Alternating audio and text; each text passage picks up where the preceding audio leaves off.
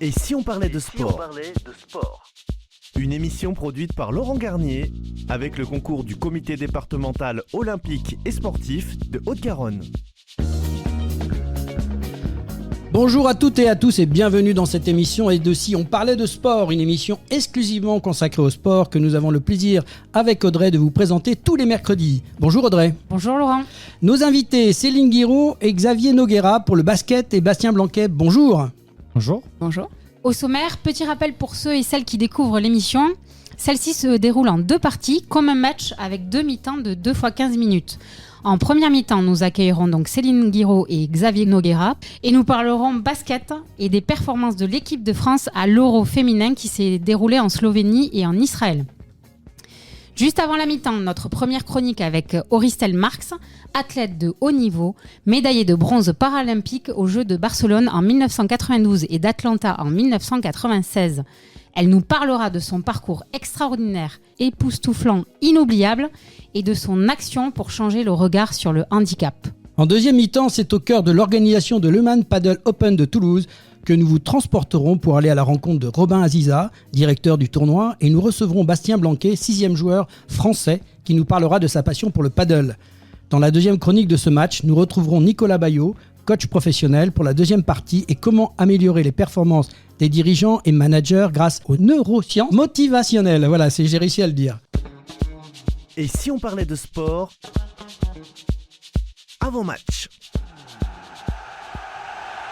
Alors Audrey, une semaine très chargée avec un week-end plein de résultats et on va commencer par l'information de la semaine puisque c'était le parcours de la flamme olympique qui a été dévoilé cette semaine en France avant les JO 2024. Donc 65 étapes seront retenues pour ce passage de la flamme. 100 sites emblématiques seront empruntés par la flamme olympique jusqu'au vendredi 26 juillet 2024 lorsque la vasque sera allumée, point d'orgue de la cérémonie d'ouverture des Jeux olympiques de Paris 2024. La flamme sera de passage à Toulouse le vendredi 17 mai 2024 à la halle de Revel. Elle passera aussi par Carcassonne et le fameux viaduc de Millau. Autre événement de la semaine sportive, notamment sur les Jeux européens de 2023 qui ont débuté donc le 20 juin à Cracovie en Pologne et prendront fin le 2 juillet prochain. Donc au total, 29 sports, donc 19 disciplines olympiques, rassemblent 7000 athlètes de 48 pays différents. Alors côté résultat, la France, à l'issue uniquement de ce week-end, parce que là, on est en train, il y a plein d'autres... Combien de médailles? Alors, on est en tout cas 6e au tableau des médailles, avec 5 médailles d'or, dont une en natation artistique, épreuve acrobatique pour l'équipe de France, composée de 10 nageuses, et on a 4 autres médailles individuelles en escalade, 2 chez les femmes et 2 chez les hommes. Donc au total, 10 médailles d'argent et 12 de bronze complètent la récolte qui n'est pas terminée puisque donc les JO, Jeux européens, se poursuivent jusqu'à dimanche. Ah oui, les Jeux européens, donc c'est tous les 4 ans aussi, c'est avant les Jeux olympiques et ça permet de servir à beaucoup de clubs de centres d'entraînement, de championnats d'Europe pour certaines disciplines. Voilà, donc on a eu aussi un Grand Prix en MotoGP, Grand Prix des Pays-Bas à Assen avec l'Italien Francesco Bagnaia sur Ducati qui a signé sa 4e victoire de la saison dimanche à Assen en remportant ce Grand Prix. Le champion du monde en titre a devancé Marco Bezzecchi et Alex Espargaro, alors que Fabien Quartararo et Johan Zarco ont chuté ensemble dès le 3e tour, malheureusement pour nos deux Français. Sébastien Ogier, le fameux Sébastien Ogier, qui vient de temps en temps faire des piges en rallye, arrache la victoire au rallye du Kenya devant le champion du monde en titre, le Finlandais Kalle Rovanperä. Le Français de Toyota obtient sa 58e victoire en championnat du monde des rallyes. Autre résultat niveau équitation, c'est sur le Champ de Mars au pied de la Tour Eiffel que les meilleurs cavaliers au monde se sont donné rendez-vous le week-end dernier pour disputer le Grand Prix du Longines Global Champions Tour de Paris, qui est la victoire de l'Allemand Christian Allmann devant 2 Français, Roger-Yves Bost et Pénélope Leprévost. Oui, un beau spectacle au pied de la Tour Eiffel. On passe au football maintenant avec l'équipe de France qui s'est imposée 1-0 face à la Grèce lors de la 4e journée des éliminatoires de l'Euro 2024. 4 victoires en autant de matchs dans ces éliminatoires. Les Bleus ont fait un grand pas vers l'Euro 2024. Et puis, un petit peu en dessous, nos champions d'Europe, au championnat d'Europe Espoir, après leur victoire contre l'Italie, 2-1 jeudi dernier, les Bleuets ont enchaîné face à la Norvège, 1-0 et se rapprochent des quarts de finale de l'Euro Espoir. Et en rugby, on a également une Coupe du Monde des moins de 20 ans. Donc France-Japon, les Bleuets, double tenant du titre de la Coupe du Monde des moins de 20 ans français, n'ont pas raté leur entame avec une large victoire sur le Japon, 75-12 et 11 essais inscrits. En cyclisme, un gros week-end avec le championnat de France sur route. Chez les dames, victoire de Victoire Berthaud chez Cofidis, une pistarde championne de France sur les pavés de Cassel dans le Nord. Chez les hommes, c'est le breton Valentin Madouas, Groupama FDJ, qui est sacré champion de France après une course folle. Le coureur de 26 ans a été le plus fort sur ce circuit très sélectif et s'est imposé devant son coéquipier Rudy Mollard et Julien Bernard de Trek Segafredo. En route d'Occitanie, donc ici, à côté de chez nous, l'Occitan Simon Carr de EF Pro Cycling a remporté la dernière étape de la route d'Occitanie entre Saint-Gaudens et Saint-Girons en Ariège. La victoire au général est revenue pour la deuxième année consécutive à Michael Woods de l'équipe Israël Premier Tech.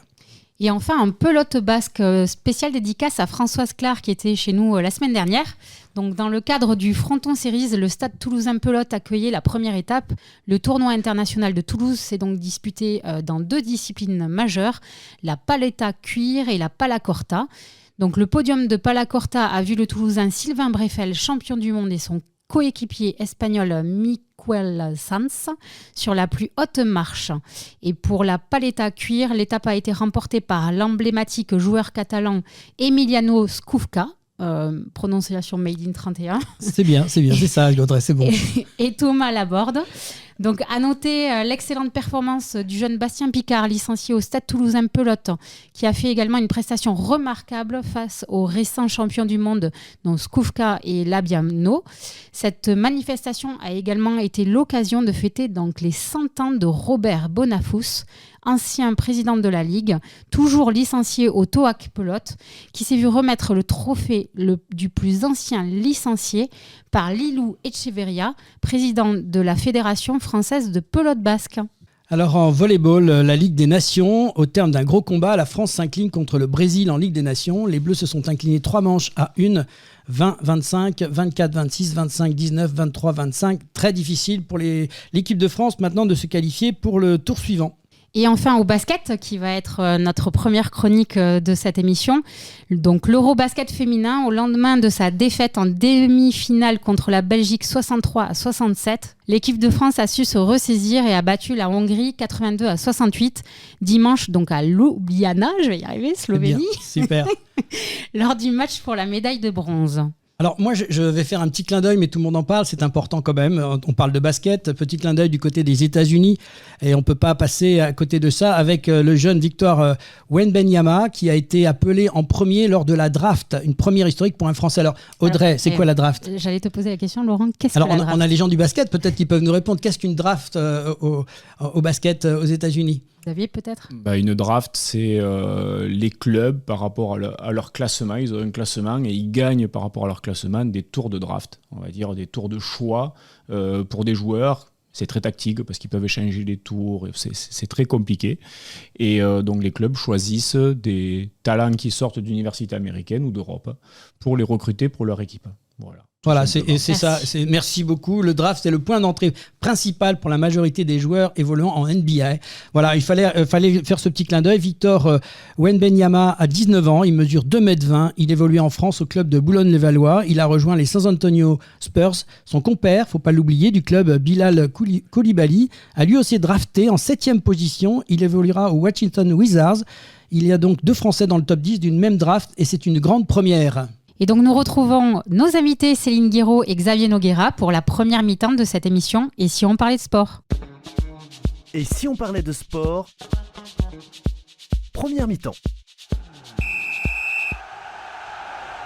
Voilà, Céline Guiraud et Xavier Noguera, bonjour. Bienvenue dans cette émission. Et si on parlait de sport, et plus particulièrement, on va parler de basket. Bonjour à tous les deux. Bonjour. Donc Céline, vous êtes chargée de la communication, vous m'arrêtez si je me trompe, chargée de communication du comité de basket Haute-Garonne. Et Xavier, vous êtes entraîneur du Toulouse Métropole Basket. Tout à fait. Ça. Et d'accord, donc ça ne s'est pas trompé. Alors on va se tourner déjà, parce qu'on sort du sport là, c'est vrai que c'était un peu chaud ce week-end, il y a eu quand même quelque chose d'important. On s'attendait quand même, nous, on va dire public, à un résultat peut-être un peu différent, parce qu'on est toujours un peu chauvin, on en veut toujours un peu plus. Ça fait 8 ans qu'on a une médaille, si je ne me trompe pas, au championnat d'Europe. Et là, nos Françaises se sont arrêtées à la médaille de bronze en perdant contre la Belgique. Quel regard vous portez sur ce résultat au championnat d'Europe ? Il y a les deux avis qui se partagent, on va dire, parce qu'il y avait Valérie Garnier qui était entraîneur de l'équipe de France. La fédération a fait le choix, on va dire, de changer d'entraîneur parce que, entre guillemets, il y en avait marre d'être second, d'avoir la place du second. Donc, c'est un peu dommage parce qu'on s'attendait toujours à avoir des titres ou au moins d'aller au bout. C'était la volonté fédérale et la volonté de tout le monde, même des joueuses. Après, quand on est un peu plus, je veux dire, en inside, à l'intérieur, on sait que c'est tellement compliqué ces compétitions pour amener des victoires. Le groupe que Jean-Aimé Toupane a depuis quelques années n'arrête pas de changer, d'évoluer. Au dernier moment, il y a des joueuses qui ne peuvent pas venir ou il y a des choix fédéraux.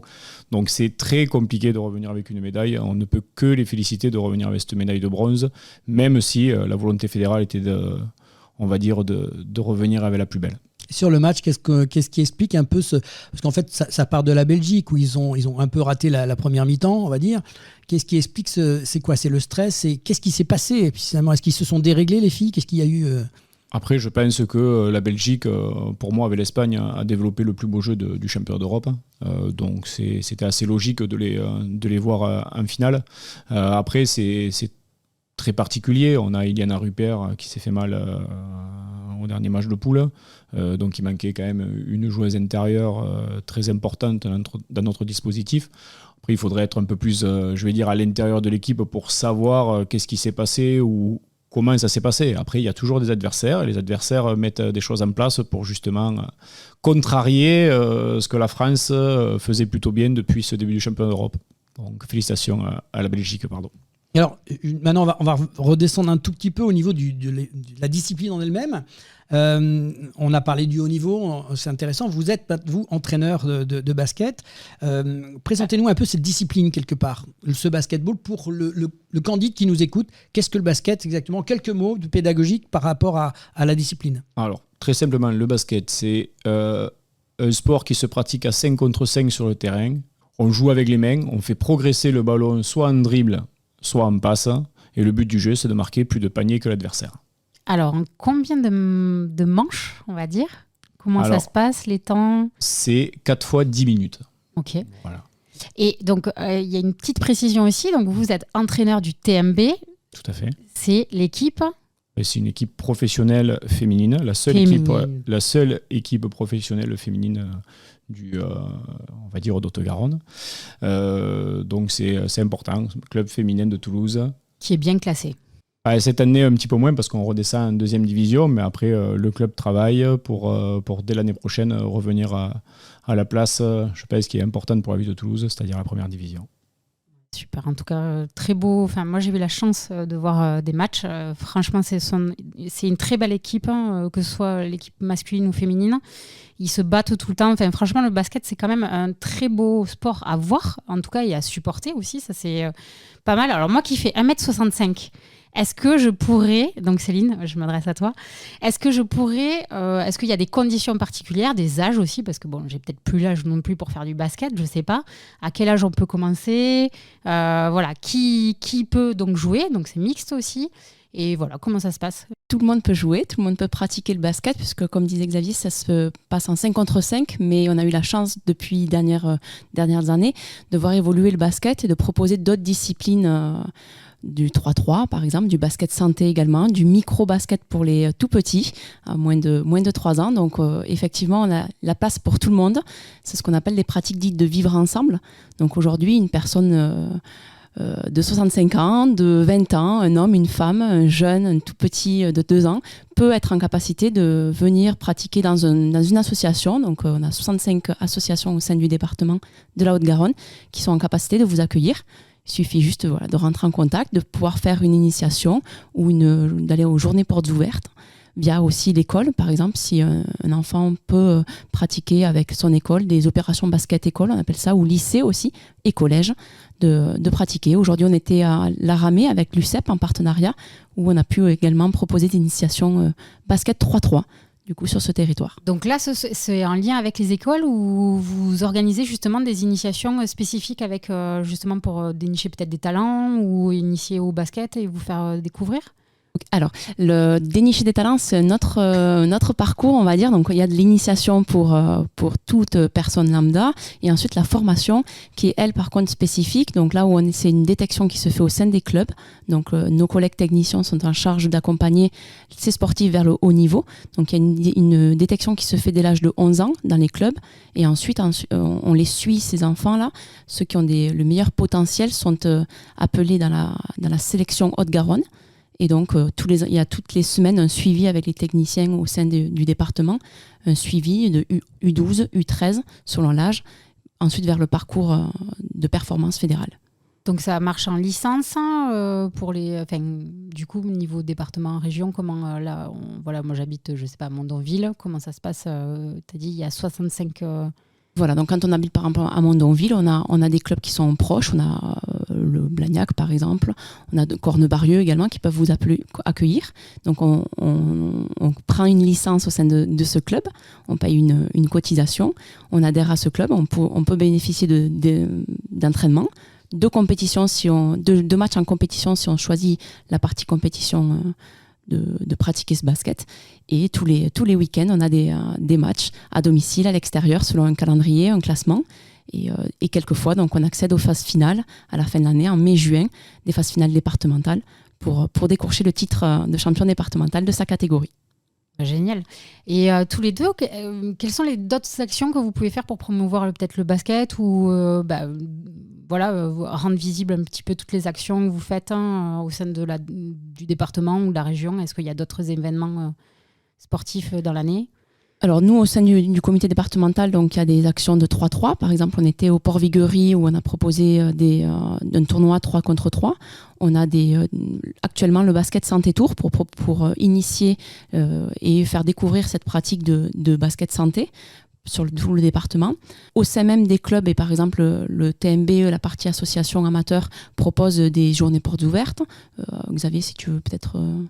Non, nous, après le club, pour se mettre en valeur ou pour essayer de se faire reconnaître un peu plus, on délocalise, ça nous arrive sur les préparations des matchs dans tout le département. Ça nous est arrivé de faire des matchs de préparation, par exemple à Castres, à Caussade. On organise conjointement la fête du mini-basket aussi au mois de décembre avec le comité. Après, c'est des actions avec nos partenaires où on se déplace chez les partenaires et il y a des manifestations qui sont organisées par le partenaire pour les gens qu'ils accueillent. Voilà un petit peu comment on fait aussi pour essayer de faire reconnaître le sport féminin. Le 3-3, donc c'est la nouvelle discipline olympique, c'est ce qu'on a vu où nos Françaises encore ont brillé, malgré tout étant en finale contre la Lituanie, si je ne me trompe pas, lors des Jeux européens là, ce week-end. Tout à fait, elles ont fait une médaille. Voilà, elles ont fait une médaille. Donc ça veut dire que c'est quelque chose de un peu ludique de nouveau. On a voulu. Pourquoi l'arrivée au 3-3 plus facile, peut-être plus près des jeunes? Qu'est-ce qui a fait que c'est un peu une nouvelle discipline quelque part? Donc quelle est la volonté de lancer ça?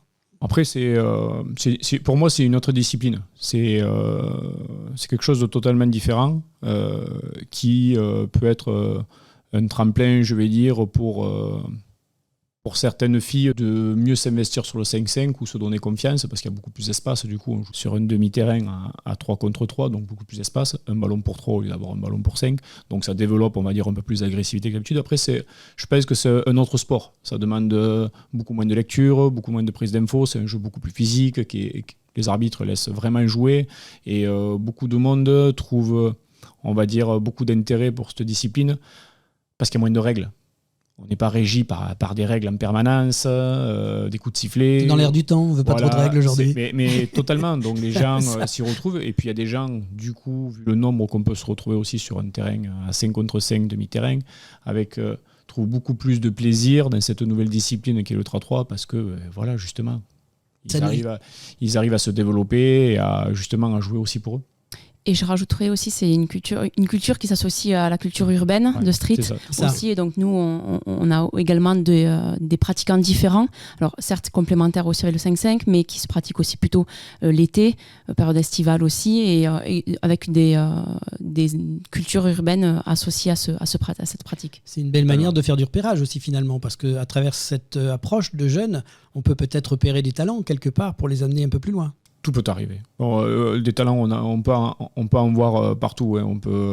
En se baladant dans une salle de basket, on arrive toujours à dénicher des nouveaux talents. Et avec le 3-3 encore plus, parce qu'on brasse, comme le disait Céline, on brasse encore plus de personnes. Donc c'est très intéressant aussi. Du coup, merci à tous les deux d'être là. Quel message vous aimeriez passer justement par rapport au basket ? Déjà, les jeunes, il faut qu'ils viennent faire du basket parce que c'est des moments d'échange, c'est des moments de partage. On vient partager un moment, on se fait des souvenirs. Je parle pour les jeunes basketteurs. C'est des moments où ils créent du lien avec les autres. Il y a une vraie identité qui va se créer et on garde beaucoup, beaucoup de souvenirs et de partage. Et c'est ça qui est vraiment intéressant, je veux dire, dans les jeunes catégories. Il y a beaucoup de valeurs. Moi, j'ai trouvé, même en tant que spectatrice, il y a beaucoup de valeurs aussi de cohésion d'équipe, d'échange. On voit qu'il y a vraiment un lien, une cohésion. C'est impressionnant. Et ça se gagne, ça se bat, ça se défend. C'est vraiment, ça fédère, quoi.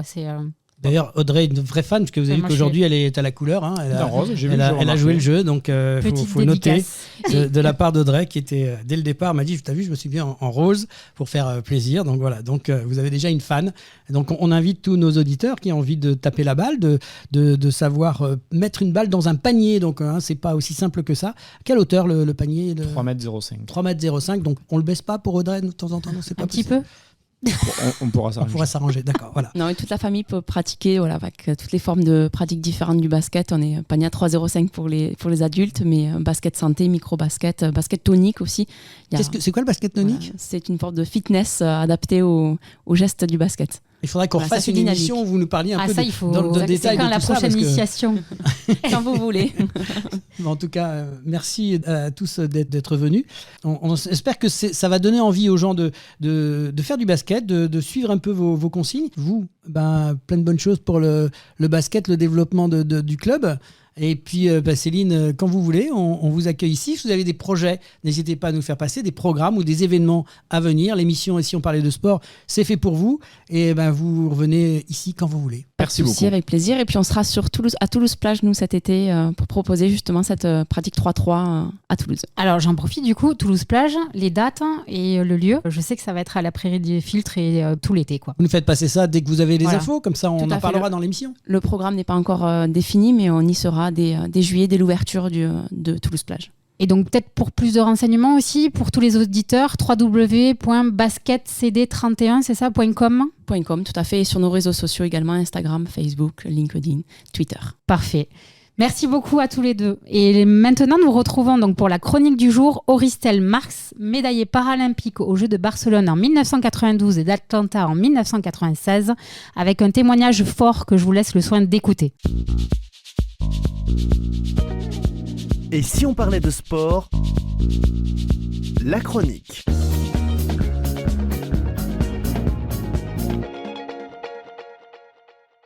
Et pour cette chronique sport et handicap, nous sommes heureux d'accueillir Auristel Marx.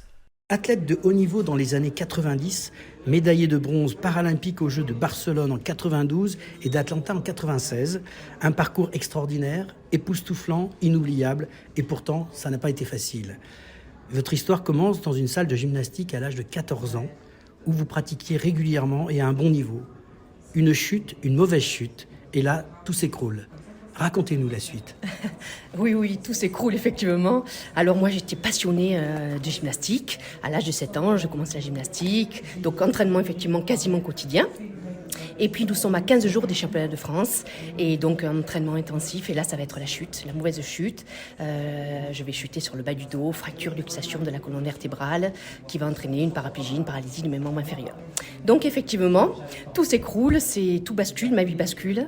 Et donc un an de rééducation, beaucoup de questionnements. Mais l'ADN parle. Et on est sportif, quand on est sportif, on est sportif. Donc l'ADN parle et là dès que je peux, j'ai une très grande envie de reprendre le sport. Au début, vraiment que pour le plaisir, aucune ambition. Vous êtes bien accompagné aussi. Ah oui, alors là je suis très bien... C'est important quand même de... Oui, complètement. préciser. Quand on se remet d'un accident si grave, d'un basculement de vie aussi important, donc il y a sa force, sa propre force, c'est vrai. Moi j'ai la chance d'être très optimiste, d'être une battante, enfin on est sportif, on est battant, mais j'ai la chance effectivement d'avoir un super entourage qui me porte, toujours qui me porte, qui est très très optimiste également. Et donc je continue en quelque sorte ma vie comme avant. Le but, il est là. Et puis moi, voilà, donc très vite, le sport. Et donc je vais réfléchir, je me dis quel sport faire. Parce que moi, à part la gymnastique et la danse, qui étaient mes deux grandes passions, c'est compliqué. Et puis bon, se retrouver en fauteuil à l'âge de 14 ans, forcément, c'est une très grande rupture. Et là, je me dis, pourquoi pas le tennis? Donc moi, au début, je choisis le tennis en e-sport parce que le cours, c'est le même. Parce que je me dis, aller taper la balle sur un cours au soleil le week-end, j'idéalise un petit peu avec mes frères, des copains, bingo, je trouve ça super. Donc c'est ma première idée. Et puis je commence les entraînements. Et puis donc au début très, très difficile, très compliqué, repartir de zéro, tout réapprendre, alors que j'étais au niveau, enfin bon, c'est très dur mentalement, physiquement. Mais l'ADN parle, donc je persiste. Et puis je commence les entraînements réguliers. Et quelques gars, mais plusieurs années plus tard, me voilà reparti, cette fois-ci avec mon fauteuil. Et là, je vois bien que, ma foi, je prends du plaisir. Je commence à être compétente sur un cours malgré mon fauteuil roulant. Et ça, c'est une vraie découverte. Le handicap, certes, le handicap, mais je deviens une sportive. Je deviens une joueuse de tennis. Physiquement et mentalement. Il me faut des mois, des années, mais donc des tournois, je monte, donc je m'inscris à des tournois. Au début, je perds et puis je gagne de plus en plus. Et là, je monte dans les classements. Donc départemental, régional, national. Et là, déjà, plusieurs années se sont écoulées. Et là, je commence à prendre du plaisir. Bon, il m'a fallu quelques temps parce qu'effectivement, avant, après l'accident, mais je commence à prendre plaisir et surtout, coup droit, revers, service, volée, ma foi, ça marche pas mal. Et je gagne et je marque des points, je mets en place une stratégie. Enfin bref, je deviens compétente, quoi. Et je me fais plaisir. Et là, j'intègre le groupe France. Je deviens membre de l'équipe de France et quelques années encore plus tard, après des tournois internationaux, des stages, des Coupes du Monde, je parviens à me sélectionner aux Jeux paralympiques de Barcelone 92. Et puis ce que vous avez dit, Atlanta 96. Bon là après je suis à fond, je m'entraîne tous les jours. Une française, je monte jusqu'à 4 mondiales. Et puis là je ne fais plus que ça, quoi, des études et plus que ça avec des horaires aménagés pour mes études de management du sport. Enfin voilà, donc je suis à fond. Et je me donne les moyens d'y arriver. Donc ça vous amène en fait, après une carrière sportive, à une réflexion sur ce regard que l'on a sur ce qu'on appelle le sport handicap. Alors vous avez trouvé une solution. Oui, alors moi en parallèle, donc j'ai fait des études en management du sport, j'ai une maîtrise, un master en management du sport. Et puis pendant 16 ans, je vais travailler, je suis salariée. Je vais manager, je vais piloter un service des sports dans une commune. Donc je vais me battre pour ça, je vais passer les concours, mais voilà, je suis prise et je vais piloter mon service. Super, donc là, événementiel, je pilote tout le secteur associatif, ça fonctionne. Je fais ça pendant 16 ans. Et effectivement, je suis toujours sur mon fauteuil et je vois bien que la société, que le regard sur le handicap, que la société n'a pas encore complètement intégré ce handicap et dans la vie professionnelle et dans la vie sportive, voilà, dans la vie en général. Moi, je mène une vie tout à fait ordinaire, mais je vois bien qu'il y a quelque chose à faire. Et c'est vrai qu'après quelques années, j'ai travaillé pendant 16 ans et je me pose cette question, j'ai envie de me rendre utile dans le domaine du handicap. Donc je vais me poser beaucoup de questions, j'ai envie de quelque chose de très positif. Je vais donc me former en ingénierie pédagogique pour devenir formatrice et je vais me reconvertir et devenir en 2018 indépendante. Je vais quitter mon travail de salarié et être indépendante pour intervenir au sein des entreprises et du grand public pour changer le regard sur ce handicap. C'est ça, changer le regard sur son handicap. Ouais. Et donc aujourd'hui, vous avez votre structure et donc vous intervenez dans les entreprises, dans les écoles. Comment ça se passe ? Oui, alors je fais tout ça. Alors moi, ce qui me tient à cœur, c'est vraiment changer le regard sur le handicap auprès du grand public. Alors c'est vrai qu'il y a cette problématique, quand j'interviens dans les entreprises, c'est sur la problématique emploi-handicap, le recrutement, le maintien dans l'emploi des personnes en situation de handicap. On sait que le taux de chômage de ces personnes est le double des personnes ordinaires.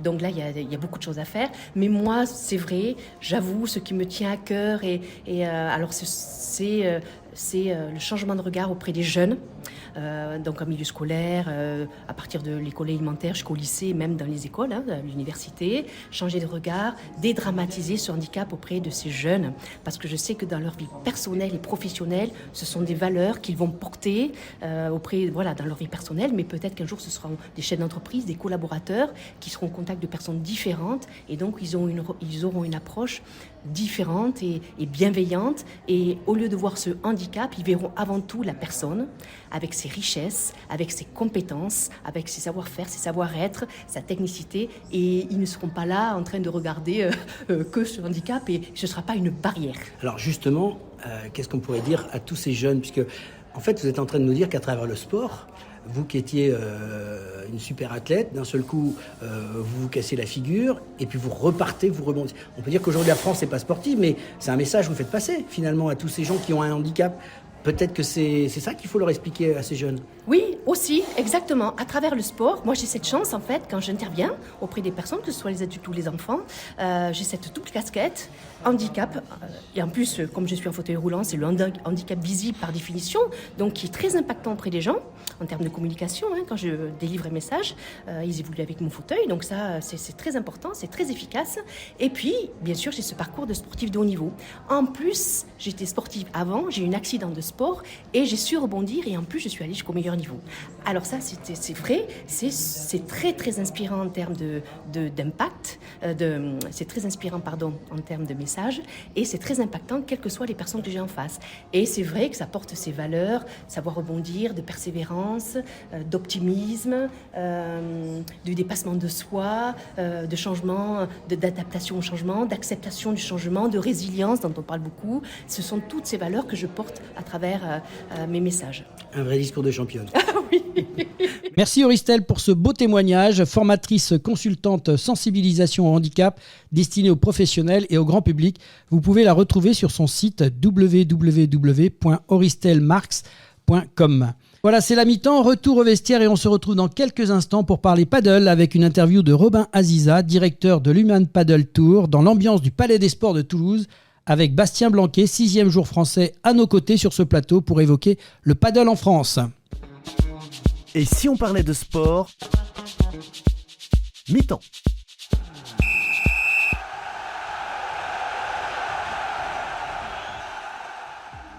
Passionné de sport, vous souhaitez participer à son développement sur le territoire de la Haute-Garonne ? Alors ne cherchez plus. Le comité départemental olympique et sportif de la Haute-Garonne est là pour vous. Notre passion commune, l'excellence sportive et l'olympisme. Le CDOS 31 accompagne les comités départementaux et les clubs dans leur développement. Par des formations adaptées aux bénévoles et salariés pour développer leurs compétences, par l'organisation de multiples manifestations sportives dans lesquelles vous pouvez être intégré, à travers la mise à disposition de volontaires en service civique. Alors contactez le comité départemental olympique et sportif de la Haute-Garonne dès maintenant par mail, contact@cdos31.org ou au 05 62 24 19 02. Ensemble, faisons briller la Haute-Garonne à travers le sport. Et si on parlait de sport, deuxième mi-temps.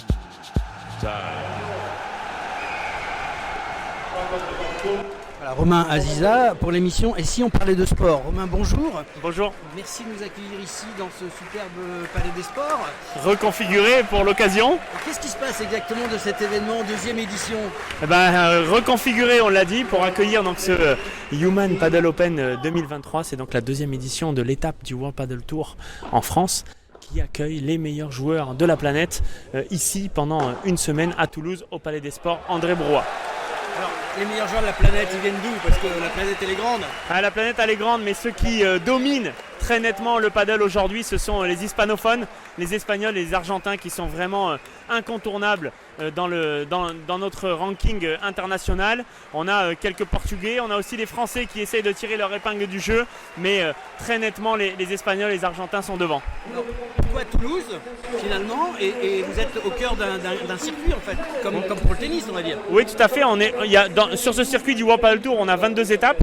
La France et Toulouse accueillent une de ces 22 étapes. Et pourquoi Toulouse ? Eh bien parce que les joueurs espagnols dominent le circuit. Il y a ce qu'on appelle une afición importante en Espagne avec 4 millions de pratiquants et donc il était logique finalement d'accueillir cette étape proche de l'Espagne pour accueillir évidemment tous les supporters et les fans espagnols. Mais Toulouse est aussi historiquement la ville du paddle. Toulouse a organisé il y a plus de 25 ans de ça les championnats du monde de paddle place du Capitole. C'est une ville qui connaît le paddle, il y a beaucoup de clubs de paddle, il y a beaucoup de joueurs. Donc c'était logique pour nous que d'être ici en région Occitanie et à Toulouse en particulier. Et alors donc qu'est-ce qui explique la différence de niveau maintenant entre un peu nos Français et les autres ? L'expérience, les Espagnols, les Argentins ont commencé le paddle il y a 20 ou 30 ans.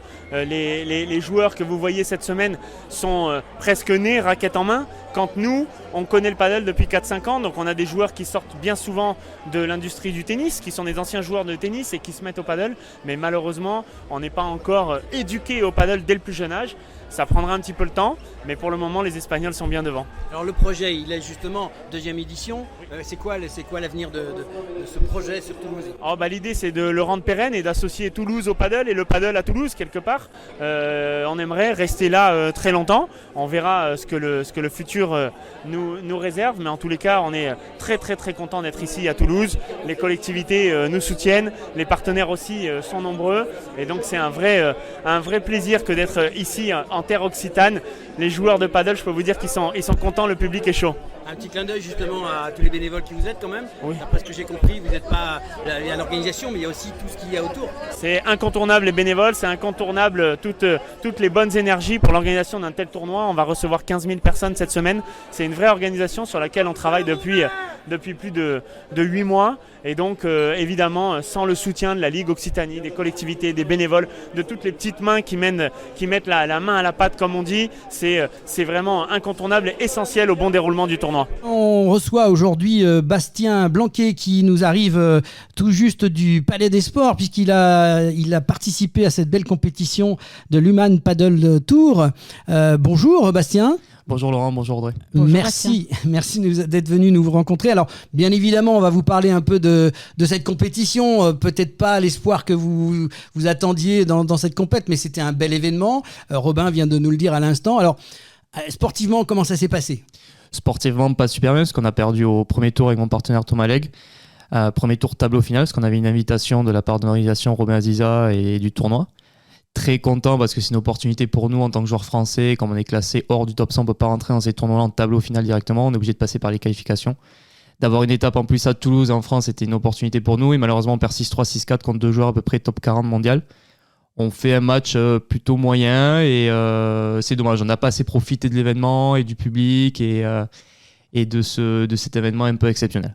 Alors quand même, on a en face de nous, même s'il ne le dit pas, il est modeste, Bastien, il est quand même champion de France, il a un palmarès quand même important, puisque d'après ce que je me souviens, vous avez fait un bon résultat au championnat du monde ou à la Coupe du Monde. On a fini 3e avec l'équipe de France au dernier championnat du monde à Dubaï, donc ça a été une première historique, aucune équipe de France n'avait fait ça avant. Que ça soit chez les filles ou chez les garçons, il me semble. On a été super contents parce notre objectif était 4e ou 5e, parce qu'on avait fait 4e 2 ans avant au championnat du monde à Doha. Et on se retrouve sur la petite finale contre le Portugal et on fait un match dantesque avec donc la confrontation. Là, il faut remporter 2 matchs et il y a 3 matchs, il faut en remporter 2, gagner 3-0 ou 2-1. Et on a gagné 2-1 et c'est Thomas et moi qui donnons la victoire sur le 3e match décisif. À minuit, au bout de la nuit, contre les Portugais. C'était juste exceptionnel, un très bon souvenir. Alors du coup, la semaine dernière, on recevait on avait des infos sur la pelote basque. Est-ce que tu peux nous expliquer la différence justement et un peu plus pour les néophytes comme moi aussi. Qu'est-ce que le paddle et justement ces 3 matchs, en combien de temps peut-être ça se dispute les timings, le paddle, c'est un sport qui vient du Mexique. Ça a été créé dans les années, fin des années 60. Ça a été créé par Enrique Cuarquera, un couple qui joue au tennis dans une maison au Mexique. Et il a commencé à créer des murs autour du terrain de tennis parce qu'il tapait beaucoup trop fort pour sa femme. Et à force, ils ont créé le paddle. C'est une structure de 20 sur 10. 20 mètres de long sur 10 mètres de large avec un fil au milieu. C'est un sport qui se joue que 2 contre 2. Il y a des grilles sur le côté et des vitres un petit peu derrière. Ça se compte comme au tennis, ça se joue avec des raquettes, comme j'ai amené aujourd'hui, avec des raquettes. Impressionnant. Avec trouvé votre raquette, il y a des trous partout. Il y a des trous partout, c'est pour la pénétration dans l'air. C'est une raquette avec de la mousse et des fibres de carbone ou fibres de verre. C'est avec un manche comme au tennis et des balles un petit peu moins gonflées qu'au tennis. Alors, pour les auditeurs qui ne voient pas ce que vous nous montrez là, c'est pas une raquette de tennis. Justement, elle est beaucoup plus petite. Il n'y a pas de corde comme au tennis. Voilà, c'est ça. Exactement. Et elle est beaucoup plus épaisse. Beaucoup plus épaisse. Je crois ça fait entre 3,5 et 4 cm d'épaisseur. Et c'est rempli de mousse avec des trous pour la pénétration dans l'air. Et c'est un sport qui se joue 2 contre 2, comme je disais, où on peut renvoyer la balle comme au tennis en faisant des volées, des smatchs. Et la particularité, c'est qu'on peut laisser passer la balle sur la vitre arrière ou sur la grille sur le côté. Et on peut renvoyer la balle en s'aidant de la vitre derrière ou la grille aussi. Il faut un rebond. Si la balle touche directement une structure en direct, la balle est faute. Et ça reprend un petit peu tous les coups du tennis, les volées, les smatchs, les amortis, un petit peu tous les effets. C'est un sport où il faut être assez intelligent puisque c'est un sport un peu d'échec, où il faut être tactiquement assez bon. C'est un sport très ludique et c'est un sport assez fun. Et donc là, tu me disais 3 matchs, donc il y a un timing ou c'est des points? Là, c'est une compétition internationale, donc là, c'est un championnat du monde, donc là, c'est au meilleur des 3 rencontres. Sinon, après, c'est un système comme au tennis, c'est-à-dire qu'il y a des 16e de finale, 8e de finale, comme Roland-Garros, par exemple. Là, le système de l'équipe de France, c'est des rencontres où c'est au meilleur des 2. Il y a 3 matchs, au meilleur des 2 matchs. Et ce sont des matchs en combien de points Alors, c'est comme au tennis, ça se compte avec des jeux average, 7 average. Il faut gagner 2-7 gagnants. Et voilà, contre le Portugal, si je me souviens avec Thomas, je crois qu'on avait gagnant 2-7, 6-4, 6-4, je crois, quelque chose comme ça. Je sais pas, un match va durer entre 1 heure et les plus longs vont durer 3 heures maximum peut-être. Comme on l'a vu, cette grande finale là où ça a duré 3 heures, je crois, le dernier match de l'Human. Ça a duré assez longtemps. La finale femme a été très longue, ça fait 7-6 au 3e, je crois. Et la finale des garçons un petit peu plus rapide, mais celle des filles assez longue. Ouais. Alors si j'ai bien compris, pour jouer au paddle, il faut d'abord savoir parler espagnol. Un petit peu, parce que c'est un sport qui a été créé au Mexique, après qui est parti en Amérique du Sud, et après qui arrive en Espagne avec... je crois que c'est un peu ça arrive sur Marbella, Malaga, ça s'est développé au sud de l'Espagne, avec les gens un peu assez riches, on va dire, de l'Espagne. Et après, ça s'est développé à Madrid, Barcelone, tout ça. Et c'est le sport, je crois qu'il y a plus de 5 millions de joueurs en Espagne. Moi, j'ai vécu à Madrid plusieurs années pour ma carrière. Et c'est le sport, ils sont numéro 1, c'est un sport numéro 1 là-bas, ils sont complètement fans de ce sport. Et donc toi, justement, qu'est-ce qui t'a donné envie de te mettre à fond au paddle et de devenir un peu champion du coup? J'ai fait du tennis assez jeune, mais je suis un des rares joueurs être dans les meilleurs français à pas avoir été première série ou seconde série ou au niveau au tennis. J'ai fait un peu de tennis, beaucoup de foot. Et après, un sport de raquette me manquait. Sur Blagnac, sur Toulouse, on était une région où il y avait du paddle depuis très longtemps. Et par hasard, en commençant à jouer avec ma famille, on connaissait le sport parce qu'il y avait T1 sur Blagnac. Un dimanche, on jouait avec mes sœurs et mes parents. J'ai aimé, vers 13-14 ans, je me suis inscrit à l'association qui va à Blagnac. Et après les compétitions, j'ai eu des bons résultats tout de suite. Et après mes études, j'ai décidé de partir sur Madrid en faire ma carrière. Donc passion familiale à la base et passion après... familiale, et surtout un sport de raquette me manquait et dès que j'ai goûté au paddle, ça reprenait tous les coups du tennis. C'était un sport qui se joue à 2, donc c'est quand même un petit peu un sport collectif, même si ta carrière est individuelle. Et c'est un sport fun, c'est ludique, c'est sympa, c'est convivial, on est proche de ses adversaires aussi, on est proche de son partenaire. Moi, c'était un coup de cœur tout de suite et j'ai tout de suite regardé, j'ai passé des heures à regarder le circuit pro sur YouTube où il y avait les vidéos, il n'y avait pas encore la télévision... C'était pas encore télévisé et je tombe amoureux et je me suis dit je veux faire ça comme carrière et après mes études, parce que mes parents m'ont dit il faut quand même faire un peu d'études, et après j'ai eu l'opportunité de partir sur Madrid et de vivre quelques années là-bas. Alors on l'a vu, on sort d'une compétition internationale structurée, un mini Roland-Garros. On a vu que c'était bien installé avec un village, des partenaires, une ambiance et un public fantastique. Je crois que c'est un beau succès.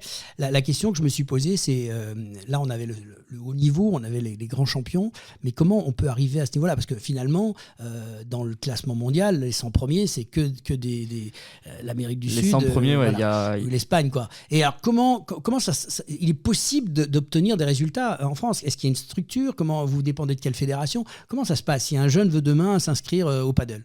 Déjà dans le top 100, je pense qu'il y a 70 Espagnols, 30 Argentins et 5 Portugais, 1 Français et 3 Brésiliens. Il va falloir du temps déjà pour que les Français ou même les autres nations européennes, le sport en Espagne est arrivé dans les années 90-2000, donc ils ont 20 ans d'avance sur nous. Il va falloir du temps. Moi, j'ai eu la chance de partir 6 ans à Madrid m'entraîner, mais ça a été de mes propres moyens financiers. Je me suis structuré avec mon entraîneur et trouvé un complexe là-bas, parce qu'en France, il n'y avait pas les structures. Aujourd'hui, c'est la Fédération française de tennis qui s'occupe du paddle. Donc, c'est une chance pour nous, par exemple, avec avec des événements comme l'Europe Padel Tour qui aujourd'hui, c'est un événement privé parce que c'est un circuit privé, mais il y a aussi Roland Garros depuis 2 ans maintenant. Il y a une étape l'année dernière et une autre étape cette année en septembre. Donc la Fédération française de tennis met des gros moyens financiers. On a aussi, nous, des contrats en tant que joueur pro avec la Fédération. Mais des moyens financiers, mais des moyens humains pour développer déjà cette discipline. Et j'espère que dans 10 ou 15 ans ou 20 ans, on aura une génération de joueurs qui pourront aller dans le top 5 ou 10 mondial. Mais il va falloir du temps. Pour ma part, là, pour le coup, je suis 140e mondial. J'ai 28 ans, je suis un des premiers joueurs français à avoir découvert la discipline. Ça fait plus de 13 ans maintenant que je joue. Et pour autant, de passer le cut du top 100 ou top 80, c'est quand même assez dur. Parce qu'il y a une masse de joueurs espagnols qui est dur à battre. Et donc, du coup, ça marche, c'est licencié en France On peut prendre. Alors, il y a des clubs privés, il y a des clubs municipaux. Il y a beaucoup de clubs de tennis qui créent aujourd'hui des terrains de paddle à côté pour faire un petit peu plus vivre le club. Parce qu'on voit que le tennis quand même baisse un petit peu au niveau des licences et des pratiquants. Donc, il y a ce fonctionnement-là. Ou alors, comme ça s'est développé en Espagne, il y a des structures privées. Un petit peu comme le système du foot à 5, où il y a des clubs de paddle qui se sont créés à Toulouse avec une vingtaine de pistes de paddle. Et les gens vont payer à l'heure et demie leur partie. Tu joues à 4.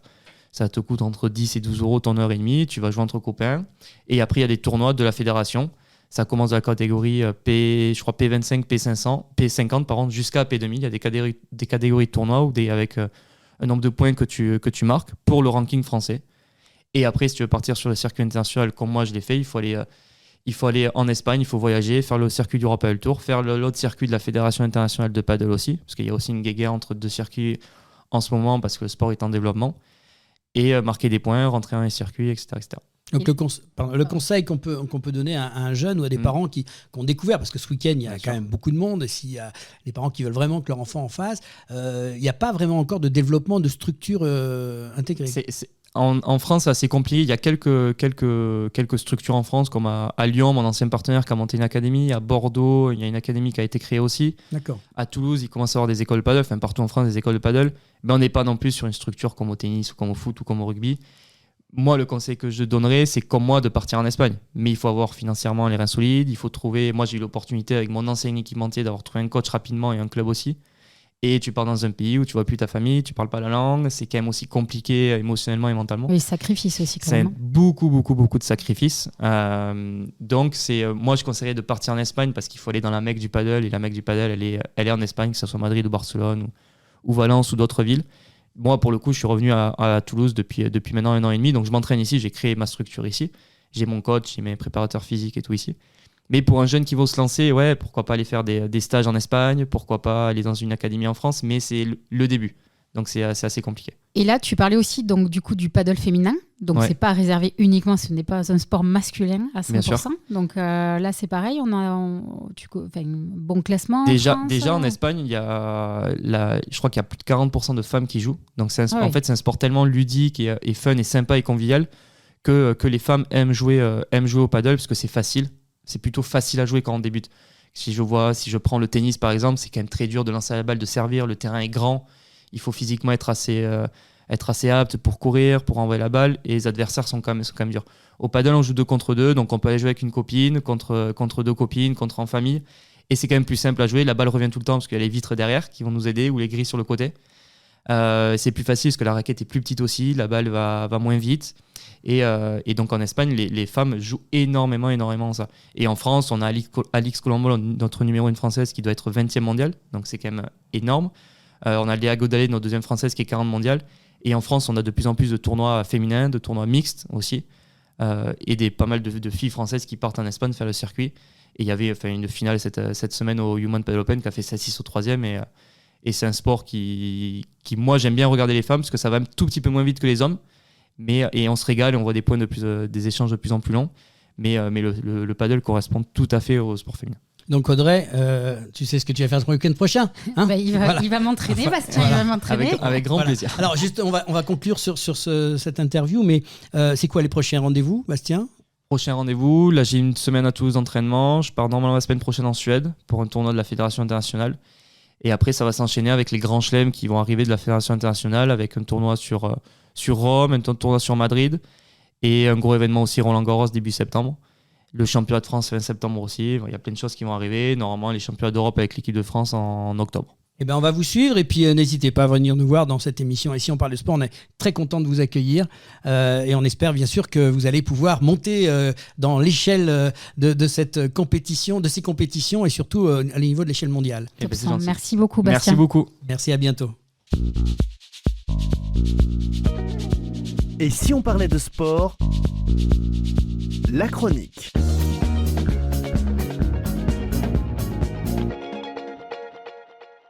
Deuxième partie de la chronique sport et performance avec Nicolas Baillot, ancien joueur professionnel de football qui s'est reconverti dans le coaching personnalisé. Nicolas, nous avons parlé la première fois d'une présentation. Vous arrivez aujourd'hui dans ce nouveau métier avec l'accompagnement. Oui. Alors concrètement, comment fait-on pour être accompagné par Nicolas Baillot? Qu'est-ce que vous nous apportez? Comment ça se passe? Alors déjà, pour être accompagné par Nicolas Baillot, il faut le contacter. Pour me contacter, le plus simple, c'est de me contacter via les réseaux sociaux, par des messages privés, que ce soit sur Messenger ou que ce soit sur LinkedIn. J'ai mon site internet aussi qui ressort, Baillot Coaching et Consulting. Qu'est-ce que je vais apporter? Eh bien déjà, mon premier pilier d'accompagnement, c'est apprendre à la personne qui est en face de moi à mieux se connaître. Ça, c'est le premier pilier. Pourquoi? Parce que si on a envie de performer, ça veut dire qu'on doit faire des choses qu'on ne fait pas forcément aujourd'hui. Et là, c'est déjà un premier pas vers du changement. Et l'idée, elle est là, c'est-à-dire que mieux je vais me connaître, mieux je vais prendre conscience peut-être de certains fonctionnements qui peuvent être limitants. Et là, je vais rentrer un peu plus dans les détails, ça peut être des drivers. Les drivers, c'est fait plaisir, soit parfait, soit compétent, soit fort par exemple. Et derrière, de voir dans quelle situation, en fait, eh bien, ça va se retourner contre moi. Ce driver-là va se retourner contre moi. Et c'est à partir du moment où on a pris conscience de son fonctionnement qu'on peut le modifier. Donc ça, c'est vraiment la première étape. Justement, la prise de conscience, comment peut-elle se faire dans la mesure, alors, quand on est euphorique, on est dans une carrière, on va prendre une carrière de sportif, puisque c'est un peu le sujet de notre émission, mais est-ce que ça peut s'intervenir avant la fin d'une carrière? Parce que là, on parlait de fin de carrière, mais est-ce que, j'ai envie de dire, aujourd'hui, ce serait pas intéressant d'approcher plutôt des jeunes maintenant pour leur permettre de bien avancer dans leur carrière? C'est aussi mon positionnement, c'est-à-dire que aujourd'hui, je peux très bien accompagner le jeune sportif que celui qui est en activité, que celui qui est en reconversion et qui va se chercher.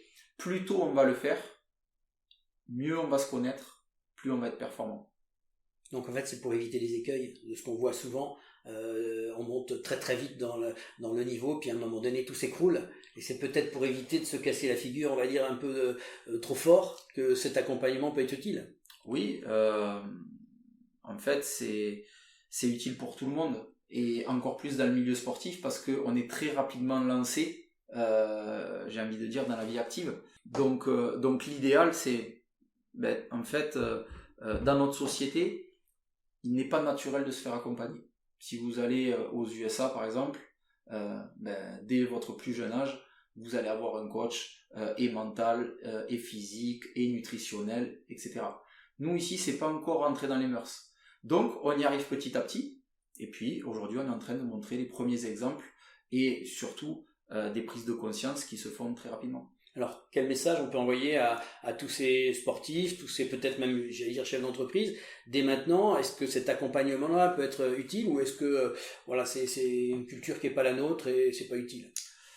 Non, bien sûr que c'est utile et bien sûr qu'on va y arriver et on y arrive déjà.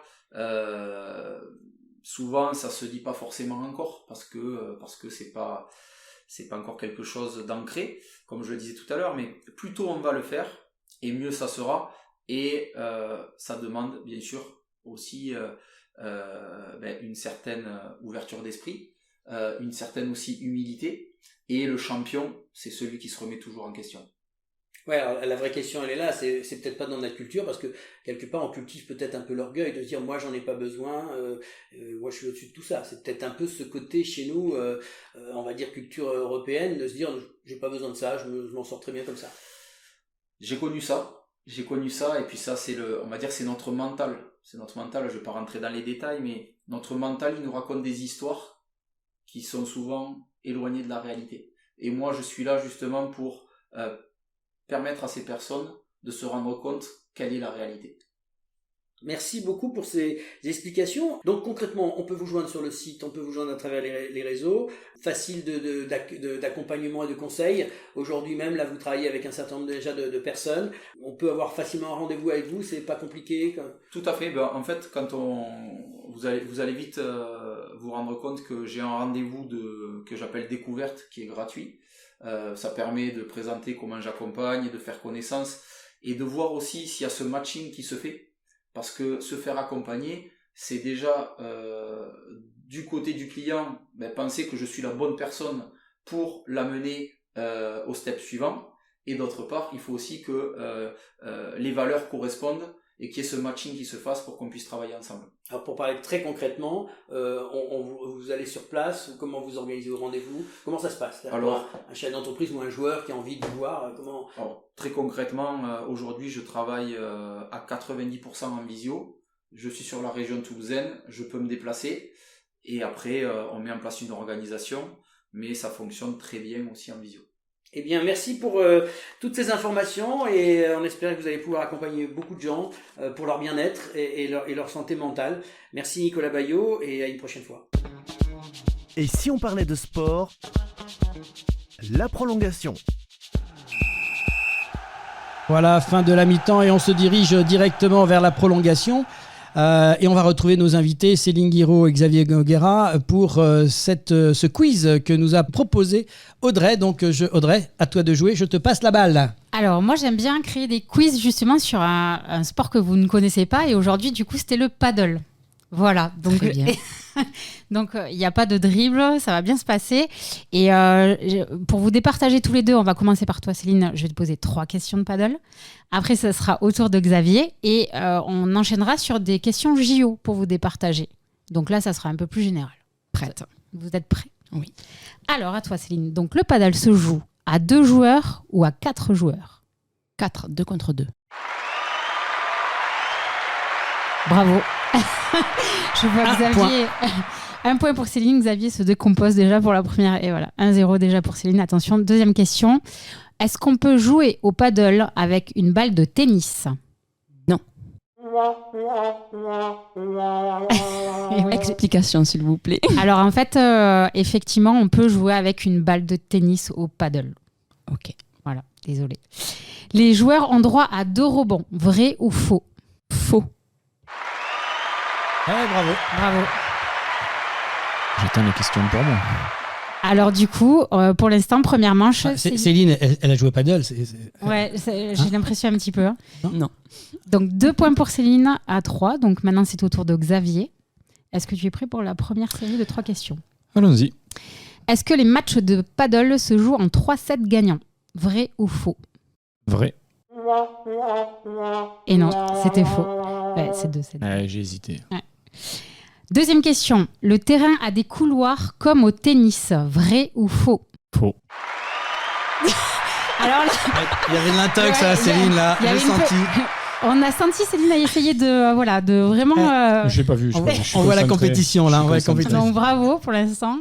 Et la troisième question. Est-ce que le joueur qui sert doit être dans son carré? Vrai ou faux? Faux. Bon alors là... Je m'en veux vraiment pour la première. À égalité, là. 2 partout, alors. 2 partout, donc on est obligé d'enchaîner les questions éliminatoires qui vont départager. Donc là, ce sont des questions quiz. Avec la petite sonnette. C'est là où, effectivement, tout à l'heure, peut-être tu regrettais de ne pas t'avoir... laissé les ongles poussés. Voilà. On sent, ça y est, la rivalité commence. Donc attention, première question. Est-ce que tu veux peut-être la faire? Je sais que tu aimes bien de temps en temps sur les JO. Je le fais. Combien de fois Paris a été la ville hôte des JO en incluant les Jeux de 2024? Oh, j'ai même pas eu le temps de donner les réponses possibles. Vas-y, Céline. 2. Et non. 3. Ouais, bravo. Et c'est la fin du match. À l'aise. Xavier. Et ouais, en plus, alors pour la petite information, j'ai les 4 choix là. Donc vous pouvez, si vous voulez, patienter. Si après, la dernière fois, c'était qui? C'était Nicolas qui avait buzzé même avant même que j'énonce aussi. Mais vous pouvez jouer à la rapidité, mais il y a 4 choix possibles. Ok. Donc bravo Xavier. C'est que des questions sur Paris 2024 hein? Là, c'est Parce sur les qu'elle JO. elle y a en plein dedans, elle, Paris 2024, donc c'est plus facile pour elle. Non, là, l'organisation. il y en a d'autres. Alors, juste quand même une question, on a dit 3. Donc, est-ce que Xavier, tu peux me donner des années? Non. Il y a début des 1900... Le tout début. 1900, c'est bon. 1900, Voilà. c'est bon. La deuxième, allez. Eh bien, il y a Paris 2024. Ça, c'est la troisième. Et donc, comme on dit que c'est la centième, C'est la ça fait 100 ans. Mais c'est facile. Moins de Donc, Mais c'est 1924. Voilà, elle l'a trouvé, Xavier, pas de problème. Faut pas avoir peur, Xavier, faut le dire. Voilà. J'allais vous les donner. Vous m'avez pas laissé finir, j'allais vous les donner. Attendez un petit indice juste. Très bien. Non, bravo. Donc 3 fois, effectivement. 1900, 1924 et donc 3e fois. Donc la deuxième question pour vous départager. Attention, là, on a quand même une... Pour vous départager. Non, mais pour vous départager... Oui. Respectez-moi, je Non, suis mais devant. tout à fait. Xavier, pour l'instant, mène la barque. Mais bon, Audrey, on va jusqu'au 3... c'est un compétiteur. Ah oui, on le Donc, voit là, attention. ça y est. J'ai l'impression, je suis toute rouge. C'est moi maintenant qui suis sur le terrain, quoi. Non, tu es rose. Ouais, je suis rose, c'est ça. Comme mon pull. Allez, deuxième question. À partir de quelle année les femmes ont-elles pu participer aux Jeux Olympiques? Donc j'ai 4 choix. En 1900, en 1916, en 1922 ou en 1938. Céline a attendu. 1938. Mais il triche. C'était après la Première Guerre mondiale, c'était 22. Je te l'ai pas dit. Eh ben non. Bah donc j'ai Ouais, fait exprès. ni l'une mais ni non. la- C'est 1900 le premier C'est Jeux Olympiques, 1900, hein oui, Ouais, tout à bon, fait. ouais. Les femmes ont eu le droit de participer dès La parité déjà en 1900, Céline. Il me semblait que Pierre de Coubertin avait mis un peu plus de temps à intégrer les femmes. Et non. Non, Ça, oui. c'était les JO modernes, femmes inclus. Moi aussi, hein, j'ai eu un doute. En plus, j'aime bien préparer ce genre de questions. Troisième question et dernière. Donc là, si Xavier gagne, ça sera vraiment le master gagnant. Et si c'est Céline, là, ça sera un beau match à égalité, du coup. Alors, Vous êtes prêts? Non, mais... Je croyais que tu étais un Sauf compétiteur. si je marque à 3 points. Il y a Ah pas une oui, question on peut bonus. faire un dribble. Ouais, c'est Et ça. comment il sait pas, il y a des règles. Il peut y avoir faute, lancer franc. Ça marche pas. Où se sont déroulés les JO de 2018? Alors, Ah, c'est Xavier qui a tapé. Tokyo. Ah non J'ai révisé ce week-end. j'ai quatre noms de... Attends, on a une réponse de Céline Non, je peut-être vais attendre les. Non, Céline. non, vas-y. J'ai pas buzzé par contre. Oui, mais c'est vrai. Moi j'ai répondu vite. Et Tu as dit quoi déjà? Ah, je sais pas. En fait, c'est... Alors, j'ai pas le droit de donner des aides. C'était 4. Voilà, il y a 4 noms de villes. T'as été trop vite, Xavier. Parce que du coup, voilà, là, on fait Paris 2024. Mais c'est les jeux d'hiver alors dans ce cas-là. Jeux de 2018.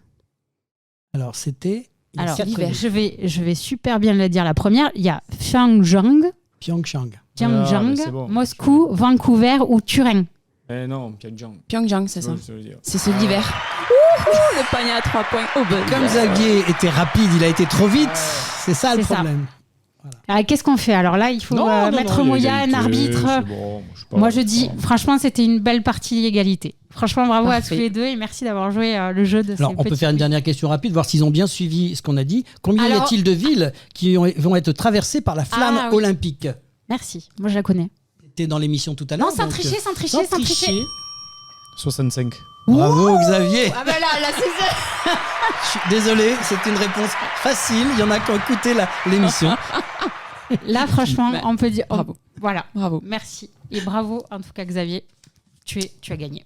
Merci ce beaucoup, quiz. ça me fait plaisir. Il n'y a pas de médaille, pas de. Alors, tu as gagné le droit de revenir et refaire une participation à une prochaine émission avec grand plaisir. Ah, merci à tous les deux. On va se diriger vers la fin du match après ces belles prolongations. Et si on parlait de sport? Fin du match. Et c'est la fin du match et de cette émission avec les grands rendez-vous de la semaine dans l'agenda sportif. Les grands rendez-vous à venir, Audrey. Donc jeudi 29, il y a la suite du rugby Coupe du Monde des moins de 20 ans, du coup avec la Nouvelle-Zélande-France, phase de poule à 13h30. Oui, il faut être vendre votre poste de télévision pour soutenir nos Bleus. Un autre événement, non forcément, on va dire, non sportif, mais qui compte justement par rapport au Comité national olympique et sportif français.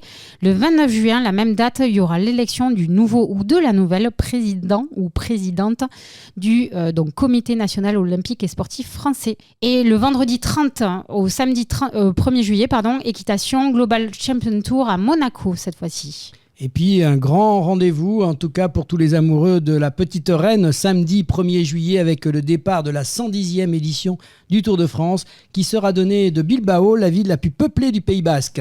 Et en aviron ? En aviron, championnat de France, Masters et Andy Valide, Masters au Creusot. Samedi 1er juillet au judo, championnat d'Europe par équipe à Cracovie. Avec le 2 juillet, donc reprise de la Formule 1 avec le Grand Prix d'Autriche à Spielberg. Encore dimanche 2 juillet, la fin des Jeux européens, avec là le bilan des médailles seront données. Et on terminera avec un passage au tennis avec Wimbledon qui démarre le lundi 3 juillet. La semaine prochaine, cap sur les premières étapes du Tour de France qui s'élancera du Pays Basque, donc samedi 1er juillet. Denis Gonzalez, ancien président du comité départemental cyclisme de Haute-Garonne, passionné de vélo, nous apportera sa vision du cyclisme et nous présentera la discipline au sein du département. En deuxième partie, nous vous rapporterons avec Audrey les impressions du skipper Mathieu Sapin en pleine préparation de la Mini Transat dont le départ est prévu le 24 septembre des Sables d'Olonne et nous serons sur son bateau. Je pense qu'on va un petit peu se mouiller, Laurent, dans tous les sens du terme. Merci en tout cas à Céline Guiraud, à Xavier Noguera, à nos chroniqueurs du jour, donc Auristelle Marx et Nicolas Baillot pour leur participation. Merci à vous, tous les internautes, de nous suivre et nous espérons vraiment que cette nouvelle émission de sport vous aura plu. Merci encore une fois, on ne le dira jamais assez et on le dira à toutes les émissions, au comité départemental olympique et sportif de la Haute-Garonne pour son aide précieuse pour la réalisation de cette émission. Merci donc à notre équipe technique qui a permis de réaliser cette deuxième émission, Pauline, Marin et notre partenaire informatique Samper Connect pour ses conseils. Merci Audrey. Merci Laurent. Et on se retrouve donc la semaine prochaine pour une nouvelle aventure de... Et si on parlait de sport la semaine prochaine.